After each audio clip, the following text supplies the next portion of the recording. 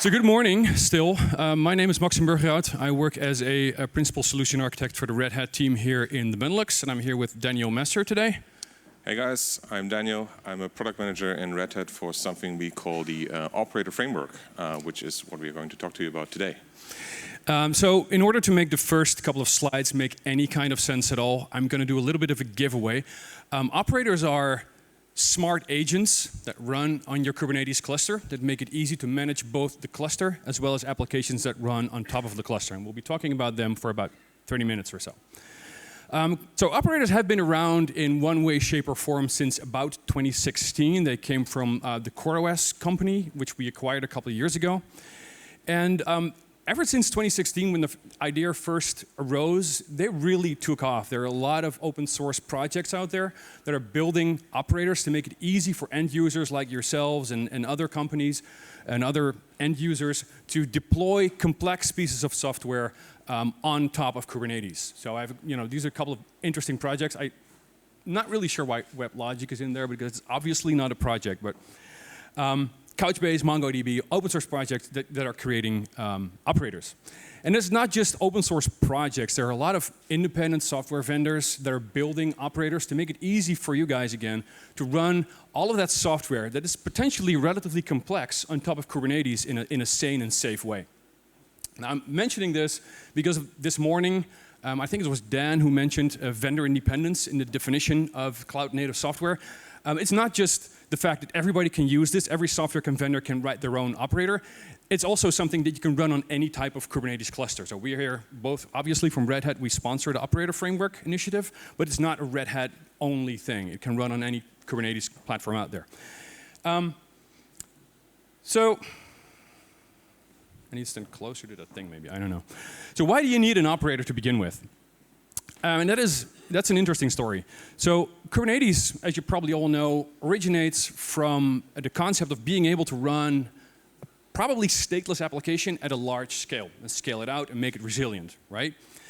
Operators actually make it easier to run other types of applications on Kubernetes. And if you can switch to the next slide, yeah, it doesn't work. So running stateless applications was easy, right? There's standard deployment mechanisms you can deploy. You can pull the container from somewhere. You deploy it on your cluster. You put top of a number of those containers behind a load balancer, and you should be really good to go. This is easy. We've been doing this for a couple of years. I'm assuming everybody has done this, right? Right? Right. OK. Slightly more complicated is when your application needs to store some kind of data. This is still not really rocket science. We've seen a number of applications that actually use data moving onto Kubernetes over the last couple of years. And if you haven't just a single instance of that application or a simple cluster, this is still relatively easy. Creating a database, just pulling down a Postgres or a MariaDB instance onto your cluster, connecting some kind of persistent storage behind it is relatively easy. I think this is like a single command, right? Just kubectl run my database and just pull the right image from the right registry, and you should be good to go, assuming you've got some kind of persistent storage. Otherwise, you're in trouble. Now, your application becomes a little bit more complicated over time when you start running a database and managing the database on day two, because for starters, you might not want to be an expert on that database. You might not want to be an expert on how to scale it out, how to back it up, how to scale it up. Running database over time is harder. So imagine, for example, a database cluster that has different clustering concepts than standard Kubernetes has. In standard Kubernetes terms, every node in a cluster is more or less equal, at least traditionally. For a database cluster, you oftentimes have a master. You can have many read-only slaves. And Kubernetes does not always have the right concepts to work with those more complex applications that use data in ways that are, well, relatively new for those platforms. And for some of those applications, you could use one of those Kubernetes primitives like a deployment or replica set or a stateful set, and you could be good to go. But for some other more complex applications, you're creating a lot of these, and you're managing a lot of these over time. And that becomes increasingly harder as your application just runs. So for example, imagine you have a Postgres cluster running. You've built that completely on your own. But now you want to scale it out. what are the steps to scale out a Postgres cluster? What are the steps to scale out a Postgres cluster running on Kubernetes? What are the steps to scale it up? How do I upgrade it from one version to another? And we've had Postgres change the on-disk format every once in a while. And how do I fix that into just pulling down a new container image and attaching it to my existing storage? Somewhere I need to change that on-disk format. Those are things that operators can help you with, and I'll talk about a little bit on how that works later. Operators can also help you identify spots in your application where it would make sense to change the tuning. For example, take my Postgres cluster again. I get a lot of hits on this single cluster that is now 2 nodes large. It's master and slave. And I get a lot of hits on that cluster. And it would make sense to actually either add a new read-only slave or maybe tune the database in a different way. But I'm not a database expert. I don't know how to do it. Another thing an operator can help you with. Take my database cluster again. How do I back it up? How do I back up a database that is running on Kubernetes? It's potentially a little different than a database just running on a plain VM. And if, you can potentially use a cron job object in Kubernetes for this, but then how do I restore it in a way that is sane and safe? It might not be as straightforward. I'm building a cluster of databases. One of them is a master. Master goes down. How do I bring that cluster back in the sane state? Do I need to wait for some kind of quorum? Do I just add a node and it magically fix itself? I don't know. I'm not a database admin. All that knowledge can be codified into an operator. An operator runs on your platform. An operator does this stuff for you. So you can just either consume this database as a developer or as an operations person. You have a lot less work here. You just make sure the operator is up to date, and the operator will take your deployed databases from version 1 to version 2 in a safe way, with the knowledge of the people that wrote that database. Does that make sense? Does that sound good? I hope so. Moving on, I think. So what is it? What is an operator? Well, an operator is basically, you take the developer of a piece of software, you hold them upside down, you shake out all the knowledge, you put the knowledge on paper, you write code around that knowledge, you stick it in a smart program that you run in your cluster, and you have it manage the deployment of those complex applications. That is what an operator is. It is the intrinsic and arcane and exotic knowledge that an expert about a certain product would have, written in code, and we'll talk about the different code ways to code this in a second, written in a little bit of a framework, put into a program that runs in your cluster, and have it manage all the complex things of the cluster. So not just applications running on it, but potentially, and this is one of the things we're doing with OpenShift 4, manage the cluster itself in scaling out and healing and all that kind of stuff. So I think I already mentioned a couple of these. Operators extend and leverage the Kubernetes API. They run as pods. They're just normal pods with a special role on the cluster. They look a bit like a custom controller, specifically tailored to manage your application.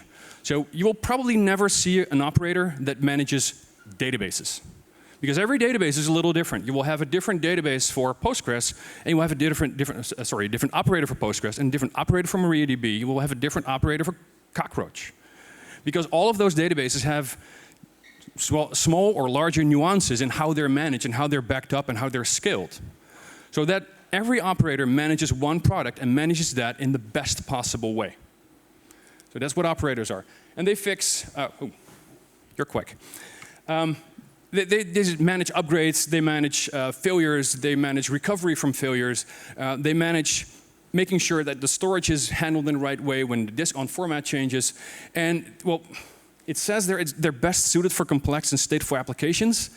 I'm not really sure about that one, to be honest, because if you're building a complex application that might become complex, it might make a lot of sense to already start building that operator and have it done as your applications become more complex. So the operator grows with the application as you're building it, becomes more complex itself, instead of having to start from scratch when you've already built a really complex application. I hope that makes sense as well. So how do you get an operator? Well, there is this thing called the operator framework. Lives on GitHub. I think we have a link later on. It is a Red Hat sponsored thing right now. but it is vendor neutral. Again, you can run operators on every Kubernetes platform out there. And the operator framework consists of three specific chunks, basically. I think the two first ones are most important. Operator SDK is a software developer kit that creates a lot of the scaffolding and boilerplate code for you when you start writing your operators. Really helps you get started, makes it simple, sets out all of the picket lines basically for your operator to do something useful. Then you have the operator lifecycle manager, and I've been trying to look for a good way to describe this. I would say this is an Uber operator, right? It's the operator of operators. The operator lifecycle manager, it's a set of operators that runs on your cluster and that help you install, upgrade, manage other operators. So operators are basically, if you want them to, they can be upgraded automatically as they release new versions for the operator. That is the thing the operator lifecycle manager does. And as the operator goes to new versions managed by the operator lifecycle management, all of the instances of the object that the operator is managing, like databases or Kafka clusters or whatever, they get upgraded automatically too, again, if you want that. And then finally, this operator metering, I don't think we're talking about that much today. So, okay, so how do I, as a developer of an application, how would I go about creating my first operator? I think, according to the official speaker notes here, we're supposed to call this developer John, but it's more like a Bob, I think. He looks like Bob Ross. So Bob is writing his first operator, and what he does is he downloads the operator SDK, he issues a command, the operator SDK builds a whole lot of scaffolding for him, boilerplate code, that he dumps his knowledge about this application into. He then packs that up, and there's your operator. It's basically that simple. Now, shipping operators is a little bit more has a little bit more steps than this, and Daniel will talk about that in a second. But basically, building your operator, these steps, okay? And then, if we go to the next, we identify a bunch of phases in the life cycle or in the complexity, the completeness of an operator. It goes to phases 1 through 5, going from basic install, which is something actually a bit of a solved problem at this point for Kubernetes, all the way to full autopilot. Operator manages everything around my application, including horizontal scaling, vertical scaling based on metrics that come in, auto-tuning, backups, rolling upgrades from major versions and minor versions, and God knows what else. We can build them in one of 3 distinct ways. The first one is just taking an existing Helm chart and converting it. That's what the SDK does. I don't think you need to write a single line of code to convert a Helm chart into a simple operator. The downside is you will probably never go beyond the seamless upgrades for minor versions because it's just the way Helm works. There are no primitives that I know of. I'm not a Helm expert, to be honest. But there are no primitives to make sure that, for example, you do something with the on-disk format of a database as you roll to more, bigger, as you're doing bigger upgrades. But it's a good way to get started, and it gives you a little bit of self-service capability inside of the cluster for your developers or for your end users to instantiate those complex applications with. And then there is Ansible. So I'm assuming Ansible is something that is fairly well known in most IT audiences. I have yet to encounter someone who hasn't heard of Ansible. So I'm assuming Ansible is a known thing. The cool thing about Ansible is you can build an operator that goes fully from phase 1 to phase 5 just with Ansible. And you can potentially leverage your existing playbooks. So if you have playbooks to manage those complex steps in the life cycle of your application, you can reuse those in your operator. You can ship them as a container and help other people manage your application in the most brilliant way as well. And the cool thing about Ansible is because of the vast ecosystem around Ansible, you can actually fairly easily reach outside of your Kubernetes cluster and do things in your operator with, load balancers, firewalls. And then finally, and it's obviously probably the most complex one, but also the most versatile one, you can use Go. We scaffold out a lot of the difficulties around Go programming, but it's a little bit more difficult than Ansible. But you can use the full extent of the Kubernetes API and of the operator SDK with writing your operators in Go. I think one final slide for me. So basically, these are the 2 ways getting around building operators. Either you take an existing Helm chart, no coding required, have the SDK converted to an operator, deploy the operator on your cluster, you're good to go. Either you take your Ansible playbooks or your Ansible playbook bundles that you might already have, use the SDK to basically fold that into an operator, deploy the operator in your cluster, you're good to go. Or if you really need to do some complex corner cases, you write one in Go. And you have fully automated management of whatever application you're developing. And I'm passing to Daniel. All right. What Maxine explained and what you hopefully should take as a thought with you by now is that what we do here is we extend the nature of Kubernetes, right? We make it a general purpose application platform versus just a platform for those stateless, cloud-native Kool-Aid workloads, right?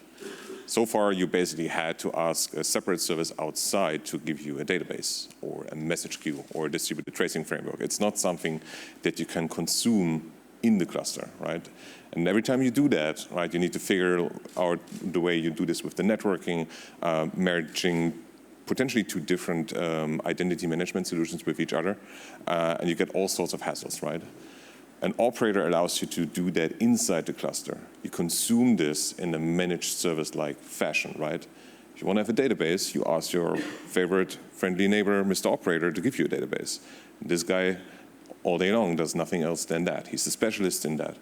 So you get a database, you don't need to know how it's deployed or how it's lifecycled, how it's updated or backed up. You get a connection string, and that's all you care about as application owner or developer, right? That's the goal here, and that makes that opens up Kubernetes to a much wider audience of potential application types than just stateless scale-out workloads. Now, that also means an operator becomes a fairly important thing, right? If you want to have a piece of software on the cluster managing your production database, that thing better is rock solid, right? So that's where the lifecycle manager comes in.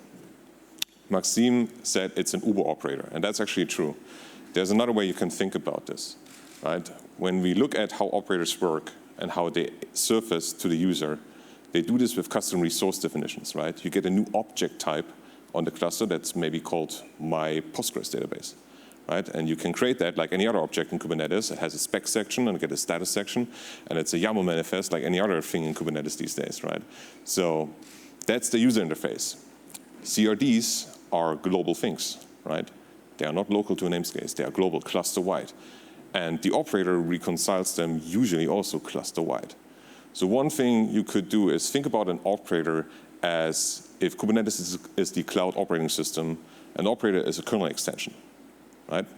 Every sane operating system has a first-class way of treating kernel extensions in a very safe manner these days. Also, when we think about that these are long-running workloads on the cluster, an operator is potentially there for a long time and hopefully gets better over time, we need an easy way to update these, right? So you also need a package management aspect behind this.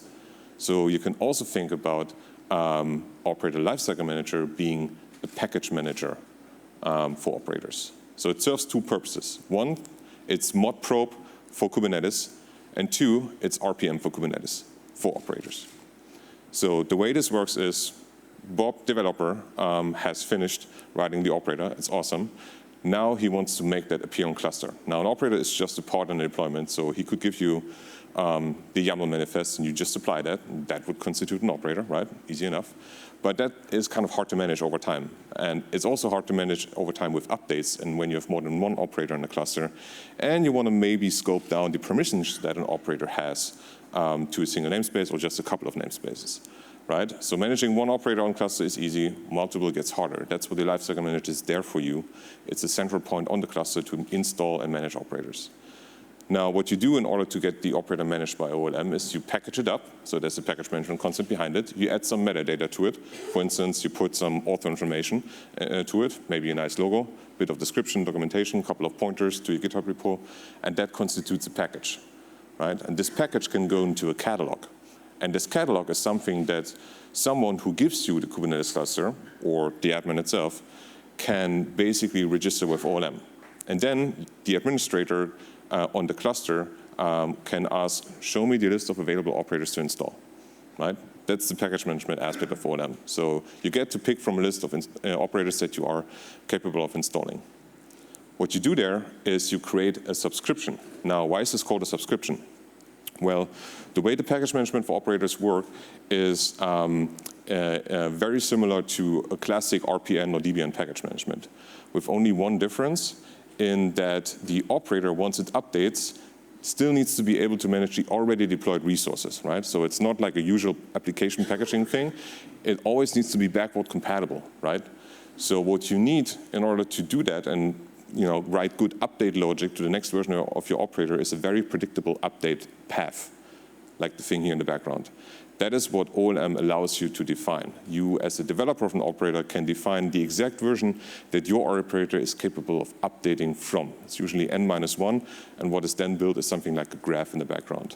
To the user and the administrator, this is all hidden. What they see is they have an operator, and at some point the catalog will refresh, and there's an update available, right? And then, depending on how they set up this subscription update, they can have the update available, applied automatically in the background, or they can manually update it, right? So that's why this is called a subscription, and it's a basic concept of OLM. Now, what an author of an operator can opt to do is basically relying on this very controllable way updates land on a cluster and say, I'm going to update the existing applications to a newer version, right?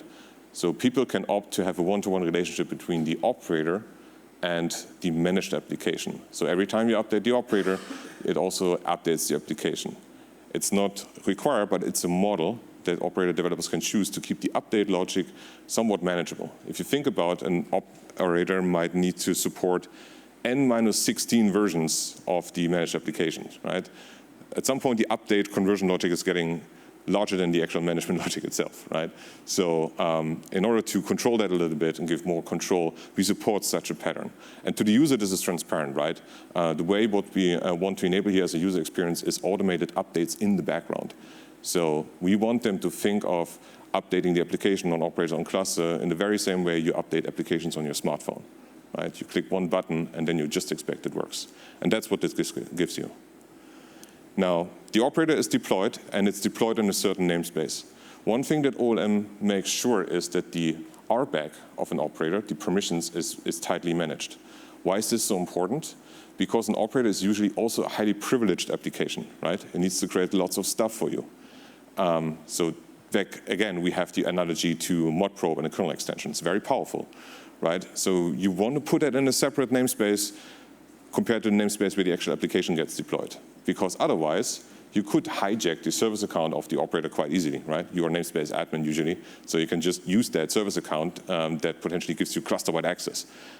In production clusters, you're usually not the only user on a cluster, so that's a very dangerous thing. So OLM manages that as well and puts the operator in a separate namespace while giving it the exact required permissions only so that users can start using it.